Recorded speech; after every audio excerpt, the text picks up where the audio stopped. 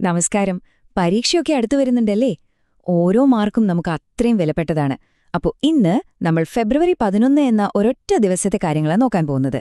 എന്തുകൊണ്ടാണെന്നോ, ചിലപ്പോൾ PSC പരീക്ഷയിലെ ഒന്നോ രണ്ടോ ചോദ്യങ്ങൾ ഈ ഒരൊറ്റ ദിവസത്തെ സംഭവങ്ങളിൽ നിന്ന് വരാൻ നല്ല സാധ്യതയുണ്ട്. അതുകൊണ്ട് ഓരോ പോയിന്റും നല്ലോണം ശ്രദ്ധിച്ചു കേൾക്കണം. നമുക്ക് റാങ്ക് ലിസ്റ്റിൽ ഒരു സ്ഥാനം ഉറപ്പിക്കാം. റെഡിയല്ലേ? തുടങ്ങാം. വെറും 5 മിനിറ്റ് നിങ്ങളുടെ മുഴുവൻ ശ്രദ്ധയും ഇങ്ങോട്ട് തന്നാൽ മതി. ഈ ദിവസത്തെ ഏറ്റവും പ്രധാനപ്പെട്ട പരീക്ഷയ്ക്ക് ചോദിക്കാൻ സാധ്യതയുള്ള വിവരങ്ങൾ ഞാൻ നിങ്ങളെ തലയിലങ്ങ് ഉറപ്പിച്ചു തരാം. ഇത് കഴിയുമ്പോൾ നിങ്ങൾക്കുണ്ടാവുന്ന ഒരു കോൺഫിഡൻസ് ഉണ്ട്. ഫെബ്രുവരി 11 ഏത് ചോദ്യം വന്നാലും ഞാൻ ഉത്തരം എഴുതുമെന്നൊരു തോന്നല്. അപ്പൊ നമുക്ക് തുടങ്ങിയാലോ? നമ്മുടെ ഇന്നത്തെ ഈ ഒരു പഠനം തുടങ്ങുന്നത് നമ്മുടെ സ്വന്തം കേരളത്തിൽ നിന്ന് തന്നെയാണ്. നിങ്ങൾക്കറിയാലോ, പ്രാദേശിക വാർത്തകൾക്ക് എപ്പോഴും PSC പരീക്ഷകളിൽ ഒരു പ്രത്യേക സ്ഥാനമുണ്ട്. അപ്പൊ നമ്മുടെ നാട്ടിലെ ഏറ്റവും പ്രധാനപ്പെട്ട വിശേഷങ്ങൾ എന്തൊക്കെയാണെന്ന് വേഗമെന്ന് നോക്കാം. ആദ്യത്തെ പോയിന്റ് നന്നായി ശ്രദ്ധിച്ചോണേ. ഇത് കേരളത്തിലെ ക്ഷേമ പദ്ധതികൾ എന്ന ഭാഗത്തു നിന്നൊക്കെ ചോദിക്കാം. അട്ടപ്പാടിയിലെ ആദിവാസി സഹോദരങ്ങൾ ഉണ്ടാക്കുന്ന കാപ്പി, അട്ടപ്പാടി കോഫി എന്ന പേരിൽ ലോകവിപണിയിലേക്ക് എത്തുകയാണ്. ഇതിനു പിന്നിൽ പ്രവർത്തിക്കുന്ന 2 സ്ഥാപനങ്ങളുടെ പേര് മറക്കരുത്. 1 കുടുംബശ്രീ, 2 റീബിൽഡ് കേരള.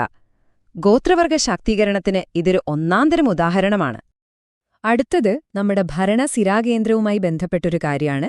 നമ്മുടെ കേരള നിയമസഭാ മന്ദിരത്തിന് 50 വയസ്സ് തികഞ്ഞു. സുവർണ ജൂബിലി. അപ്പൊ ഇതുമായി ബന്ധപ്പെട്ട ചോദ്യങ്ങൾ വരാം. ഒരു ഉദാഹരണം പറയട്ടെ. ഈ മന്ദിരം ഉദ്ഘാടനം ചെയ്ത വർഷം ഏതാണെന്നറിയാമോ? ഒന്നാലോചിച്ചു വെച്ചോളൂ. ഈ വാർഷികം വളരെ പ്രധാനപ്പെട്ടതാണ്. ഇനി നമുക്ക് അവാർഡുകളിലേക്ക് വരാം. ഇത് വളരെ വളരെ പ്രധാനപ്പെട്ടതാണ്. ഉറപ്പായും ശ്രദ്ധിക്കുക. മികച്ച ഗ്രാമപഞ്ചായത്തിനുള്ള സ്വരാജ് ട്രോഫി ആർക്കാണ് കിട്ടിയത്?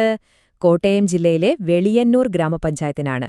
ഇത് മറന്നു പോകാതിരിക്കാൻ ഞാനൊരു എളുപ്പവഴി പറഞ്ഞുതരാം. ശ്രദ്ധിച്ചോ? ഏറ്റവും വലിയ ട്രോഫിയായ സ്വരാജ് ട്രോഫി കിട്ടിയത് വെളിയന്നൂരിന്. കണ്ടോ, എന്ത് സിമ്പിളാ. 2ാം സ്ഥാനം മരങ്ങാട്ടുപിള്ളിക്കാണെന്നും കൂടെ ഓർത്തു വെച്ചേക്കണേ. അടുത്ത അവാർഡ് ഫോക്ലോർ അക്കാഡമിയുടേതാണ്. PK കാളൻ പുരസ്കാരം. ഇത് പരമ്പരാഗത കലകളെയും അറിവുകളെയും പ്രോത്സാഹിപ്പിക്കാൻ കൊടുക്കുന്ന ഒന്നാണ്. ഈ വർഷം ഇത് കിട്ടിയത് ജീവിക്കുന്ന ഒരു ഇതിഹാസത്തിനാണ്. ചെരുവയൽ രാമൻ. അദ്ദേഹത്തെ വിത്തുകളുടെ സംരക്ഷകൻ എന്നൊക്കെയാണ് അറിയപ്പെടുന്നത്. ഈ പേര് ഓർത്തുവെക്കാനൊരു സൂത്രപ്പണിയുണ്ട്. അദ്ദേഹത്തിന്റെ പേര് നോക്കിക്കേ, ചെരുവയൽ രാമൻ. വയൽ ആരുമായി ബന്ധപ്പെട്ട വാക്കാണ്? കർഷകനുമായി. അപ്പോ പുരസ്കാരം കിട്ടിയതും വയലുമായി ബന്ധമുള്ള ആൾക്ക് തന്നെ. എളുപ്പമല്ലേ?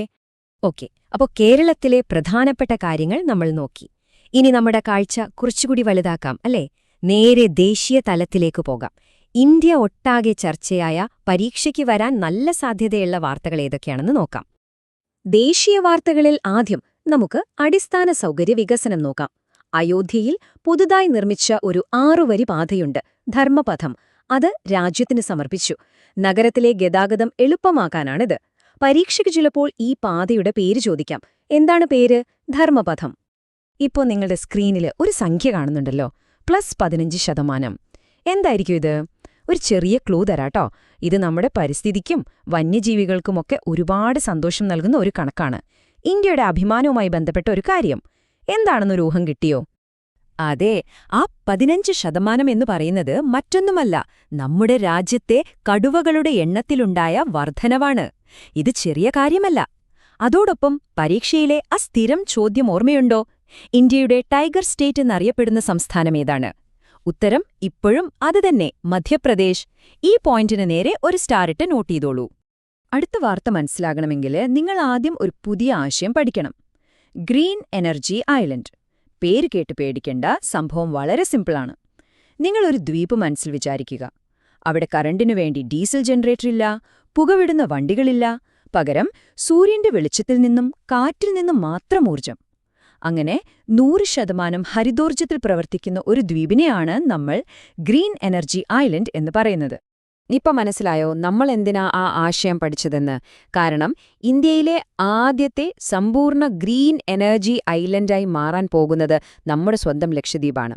എപ്പോഴും ഓർത്തുവെക്കുക, ഇന്ത്യയിൽ ആദ്യത്തേത്, ഏഷ്യയിൽ ആദ്യത്തേത് എന്നൊക്കെ കേൾക്കുന്ന ഏത് കാര്യവും PSCയുടെ ഇഷ്ടചോദ്യങ്ങളാണ്. അപ്പോ ഇത് ഉറപ്പായും പഠിച്ചിരിക്കണം. അടുത്തത് സൈബർ സുരക്ഷയെക്കുറിച്ചാണ്.